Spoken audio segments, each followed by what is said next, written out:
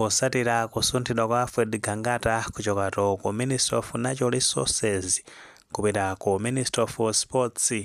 Kumeneko ku Ministry of Sports ku nthambi ija imeneto imona masewera ampira wa miyendo ija imaziwa kuti Football Association of Malawi kapena kuti FAMU.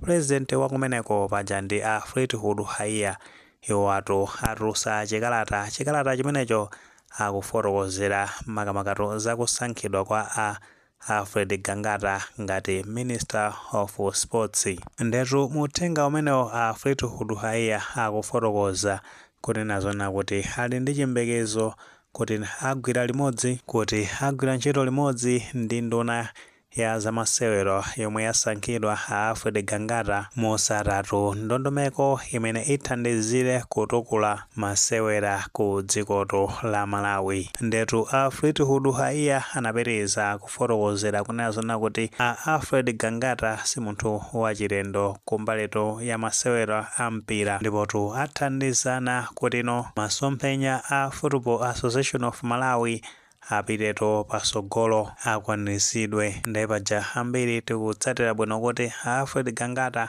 monga amene afotokozera kale a Fleetwood Haiya kuti si munthu wachilendo makamaka kunkhani yokhuzana ndi masewero a mpira wa miyendo.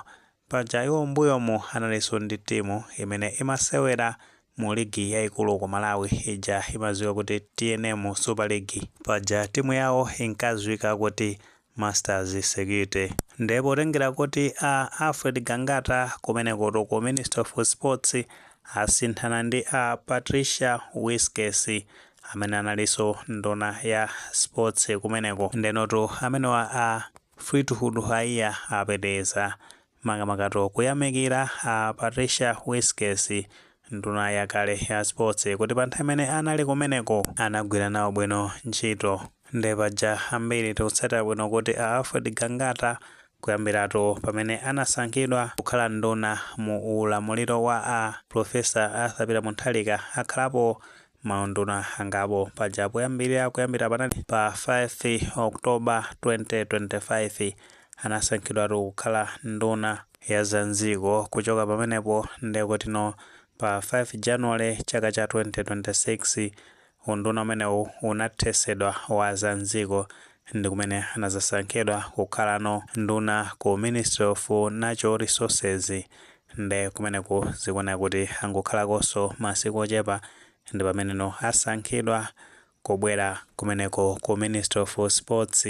Ndiye tikukhulupirira kuti kumeneko ku Ministry of Sports atha kukhala kwa nthawi yayitali makamakaso potengera kuti a Fred Gangata amaonesanso chidwi makamaka akonkhani zokhuzana ndi sports.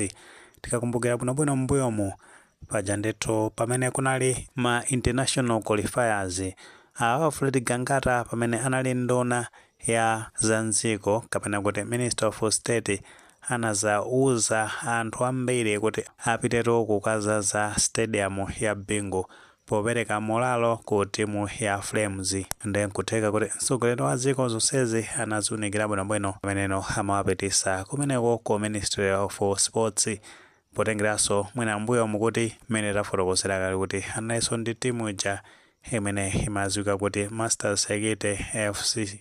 Nkutheka tomwe ndi maganizo pa nkhani imene ngati maganizo amene alipo mutofotokoza comment section koma mulemekezanso maganizo anzathu. Sekolewa panga like video imene komanso panga subscribe channel imene cha Fox Malawi News 18 ndicho ngati nkhani zambiri zikamachitika ndi zitakufikirani mosavuta.